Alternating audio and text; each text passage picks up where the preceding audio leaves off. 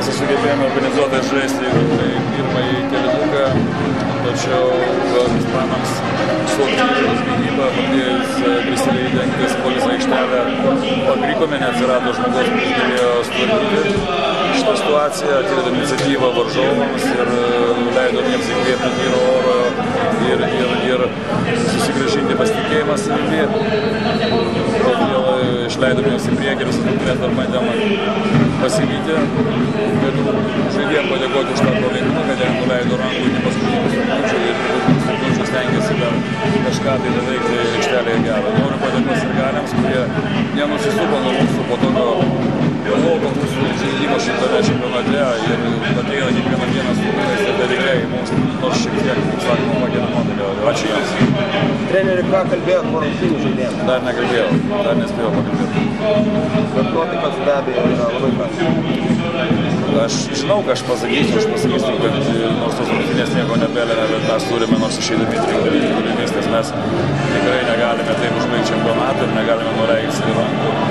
Žiūrint į tai, kaip šiandieną vyrai kovojo, jau netekus vilties laimėti, aš manau, kad jie vis tik sutiks iš tikrųjų savo vyrais ir manau, kad mes pasipriešinsim sekundas rungtynės. Treneri, žiūrint retrospektyvą, šiandien tas pakrikimas nebuvo šiek tiek avantiūriška važiuoti į čempionatą su 4 gynėjais? Atsiprašau, nes klausimas. Sakau, žiūrint retrospektyviai, nebuvo šiek tiek avantiūriška važiuoti su 4 gynėjais į čempionatą? Tai 4. Prieš spaudimą, ta prasme, šiandien Ispano atrodėm prastai. Vienas mantas iš kito. Būtent mes turbūt dėl to ir stipriname šitą grandį, būtent dėl to šitą poziciją ir stipriname, būtent dėl to atsisakėme Pauliaus Jankūno, kurio galbūt irgi šiandieną pasigendam. Aš jau žinau, kaip pamušė, o kumščiais nemojuoja, tada atrodė vienaip, buvo viena situacija, čia mes patekom visiškai kitą situaciją ir aišku, mes dabar sėdėm ir svarstom, kas būtų, gal būtų ir taip toliau. Bet šiandieną paprasčiausiai atsirado žmogaus, kuris galėtų sutvarkyti tai, o šitą problemą mes turėjome visų čempionato metu. Ką padarysi, tokio bus žaidimas. Manto išleidimas į aikštelę ir jo žaidimas pirmajame kėlinyje. Ar tai reiškia klaidos pripažinimą, kad jo anksčiau per mažai išnaudojo? Aš niekada nesikračiau savo klaidų, todėl kad aš noriu tobulėti, aš noriu augti kaip savo profesiniam reiškia lygyje. Ir galbūt tai buvo mano klaida, galbūt reikėjo jo pasitikėti žymiai anksčiau.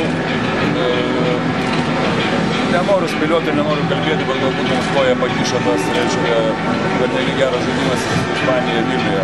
Visuomis prasmėmis turbūt tas vis tik pakeitė. Aš galvoju, kad tas padės ta prasme, kad mums nepasitikėjimas savomis, bet manau, kad tai padarė kažkokios paslaugų. Ir orientuodamas į tas rungtynes mes turbūt klydome tiek aš, tiek gynėjai, tiek visi.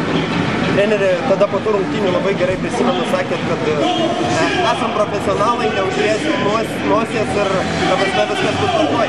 Ar apie tai buvo kalbama per tas kelias dienas į čempionatą, kad neužliesi nosies? Be abejo, buvo kalbama ir buvo įsteiginėjama ir mes tikrai norėjome pasidėti, kodėl tai įvyko, nebeieško atsakymą. Nes visą patekti į pasaulio čempionatą.